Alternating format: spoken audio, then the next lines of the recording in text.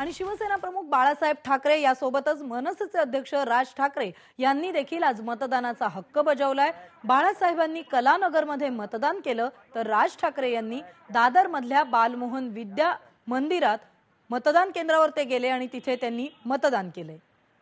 यावेळी राज ठाकरे नेमकं काय म्हणाले? राज ठाकरेंचं प्रत्येक वक्तव्य जे असतं ते एक नवी बातमी निर्माण करणारं असतं, नवा राजकीय माहोल त्यातून तयार होतं। आज देखील राज ठाकरे असंच काहीसं बोललेत। काय म्हणाले ते, पुढच्या सगळ्या राजकीय प्रक्रियेचे संकेत काय देत आहेत ते ऐकूया।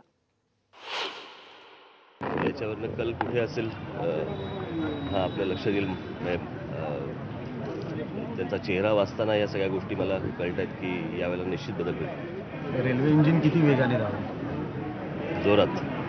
Mr. Thackeray, many political observers are saying that you will emerge as the kingmaker in this election. Will that be the case? Me king व्हायचा प्रयत्न करतोय, मेकर नाही।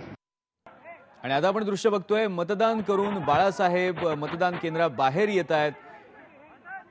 मीडियाचा प्रयत्न असणार आहे इथे सुद्धा बाळासाहेबांना एखाद दुसरा प्रश्न विचारण्याची, पण अर्थात नेहमी आपण पाहतो मतदान केंद्रावर बाळासाहेब कधी फारसे मीडियाशी बोलत नाहीत।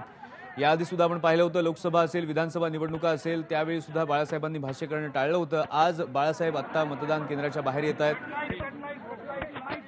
उद्धव ठाकरे, रश्मी ठाकरे आणि बाळासाहेब, त्यांचं कुटुंब, त्यांचे नातू सुद्धा आज या सगळ्या मतदान प्रक्रियेत आपल्याला सहभागी होताना दिसले।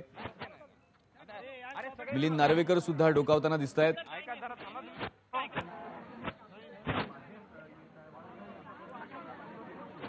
बांद्र्यामध्ये कलानगर भागात जिथे बाळासाहेब राहतात तिथून जवळच असलेल्या मतदान केंद्रावर त्यांनी जाऊन मतदान केलं।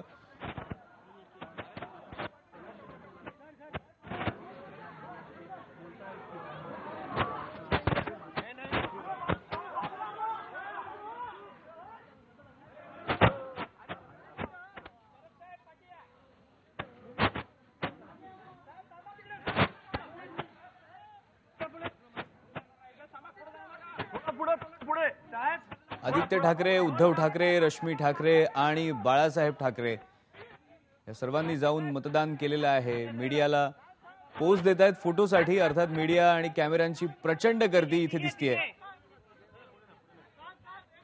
आणि इथे सुद्धा मीडियाचा अर्थात प्रयत्न असणार आहे बाळासाहेब काही बोलतायत का हे जाणून घेण्याचा।